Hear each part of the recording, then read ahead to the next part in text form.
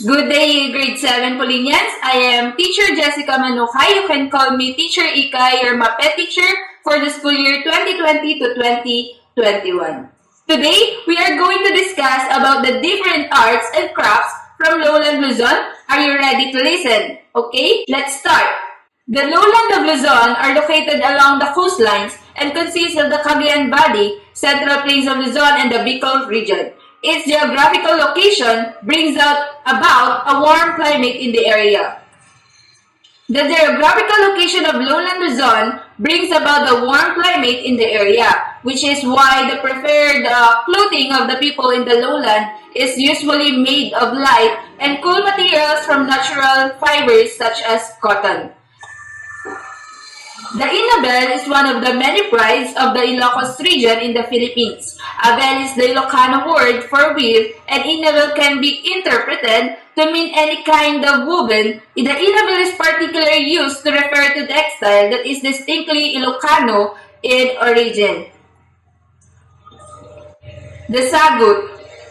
The fabric of Inabel is made from cotton fiber beaten out of the seeds. It is commonly dyed with a natural dye called sagut, but artificial dyes are also used today. Intricate embroidery is also a craft produced in the lowlands. The piña cloth from the pineapple fiber from Taal, Batangas is a soft, fine, flexible, and durable of white fabric about 2 to 4 inches in length. It is derived from the finest, mature leaves of the red Spanish variety of pineapple, and juicy cloth made of banana fiber from Lumban, Laguna. Piña and juicy are fabrics used for making clothes for special occasions such as a wedding, inaugurations, and christenings. They are also traditional fabrics used by the Bordaboras. The Barong Tagalog is one of the famous garments is made by these fabrics. Next, the sinomay is used in weaving the baro at saya, a traditional Filipino clothing worn in many parts of lowland Luzon. Sinomay is one of the most popular hat-making foundations in the world.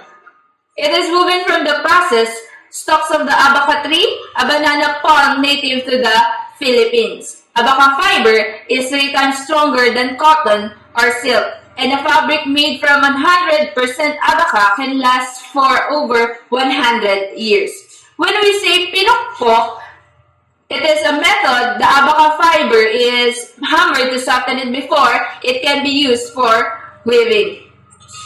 Let's move on to the crafts. So a wide variety of crafts are produced all over lowland Luzon. For example, the intricately cut pastillas, wrappers in the province of Bulacan. The design of the wrappers reflects the arts and culture of the province. There are many versions of pastillas in the Philippines, but what sets apart the pastillas in Bulacan is how they wrap it wonderfully. They called it kabalat or borlas de pastillas. It is considered as a tedious art and labor of the love and requires patience in making it. Christmas lanterns. A beautiful Christmas lanterns and wood carved furniture can also be found in the province of Pampanga.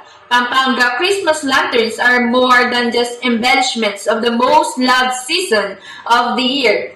It is annual festival held in mid-December in the city of San Fernando, Pampanga. The festival features a competition of giant lanterns, and because of it, the city has been nicknamed the Christmas capital of the Philippines. Bulinaw mats.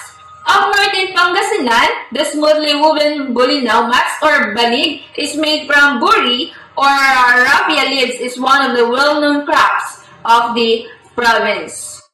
Burnay pots from Ilocos are also considered as the famed craft of the lowlands. The making of burnay as is done with just the use of the potter's skillful hands and used for pottery wheel and kiln. Fine sand is used to temper the clay, which one fashioned into a desired shape is placed inside high-temperature ground kilns made from brick and clay compared to terracotta. People say that the burnay is hardier. Next, taka. Other forms of folk arts and crafts can also be found in Laguna. The taka or paper-mache figures have decorated the streets of the town of Paete. The traditional way of painting Taka is to use primary colors, add simple flower motifs, and use repetitive lines and shapes. The common and traditional subjects of Taka include chicken, horse, carabao, which made is primarily for local use. In Pakil, the kayas or decor made from scraps of wood to produce toothpicks with delicately carved and have been gaining popularity as well.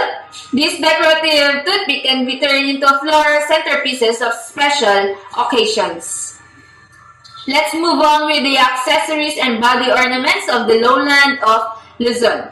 Filipinos were already fond of making jewelry and adorning themselves with accessories even before the arrival of Spaniards. Their clothes were much with belt, scarves, and necklaces made of beads and pieces of gold or brass. Wearing accessories such as earrings, armbands, bracelets, and anklets were widely popular among women.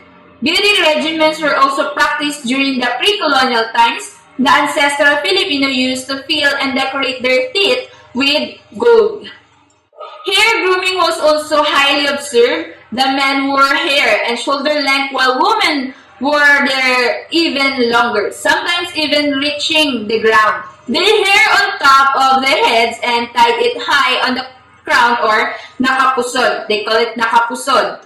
Clothes head covering called putong were also worn by men. These were commonly associated with bravery. During the Spanish times, a new set of jewelry became popular among Filipinos. The tambourine jewelry, which was introduced by the friars, was widely worn at the period. Its design was inspired by the rosary, the religious beads highly associated with Catholicism. Let's move on with the household structures. First, are you familiar with the bahay kubo? So, its structural design is more evident in the houses located in towns and provinces, more specifically in farmlands. The materials used for bahay kubo are dried palm leaves or sawali, reeds and straw. The structure of its roof is stiff or allow the air to circulate inside the hut. Next, bahay na bato. So, bahay na bato, it was commonly built directly at the edge of the street. The main entrance door of the bahay na bato was wide. Its walls were made of stone or adobe for the ground floor and hardwood for the walls on its second floor. Today, the bahay na bato still exists in some parts of the country.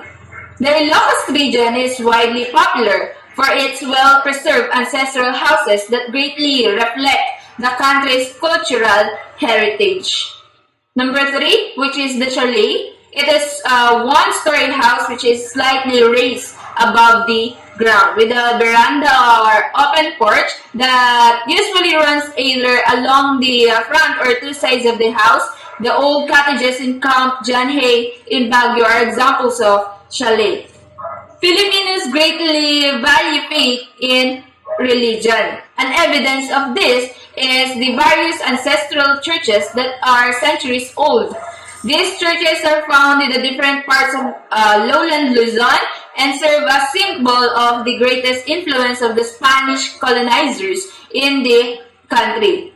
First of this is the well-known Baroswain Church found in the Malolos, Bulacan. The Baroswain Church in Malolos, Bulacan is a Catholic church that was a venue for some of the important historical events in the country. So one of which is the inauguration of the Philippines Republic. It was declared as the national shrine by President Ferdinand Marcos for its significant part in the Philippine history.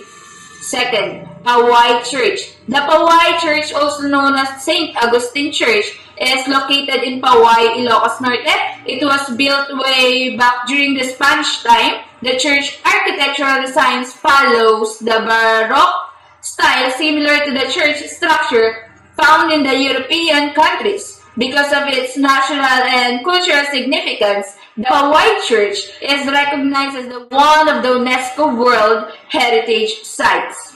Third, San Agustin Church. The San Agustin Church, located within the walls of Intramuros in Manila, it is considered the oldest stone church in the Philippines. It was built in the year 1586 under the supervision of the Augustinian friars, like the common structural designs of Catholic churches around the country. The San Agustin Church also features the Baroque styles. It is also recognized as one of the UNESCO heritage site of the country. Let's move on with the sculpture. Aside from churches, the sculpture found in lowland Luzon also show the influence of Catholic religion to the Filipino culture. For instances, the streets of Paete, Laguna is lined up with various wooden figures of religious Catholic icons. The town of Macabebe in Pampanga also produces wooden figures used in Catholic worships. So that's all for today. Thank you for listening. The arts and crafts of Lowland Luzon is reflection of the ancestral culture that existed long before the arrival of colonizer in the country. It is also became a means of livelihood for many people in living the area. So goodbye everyone. That's all for today. Thank you.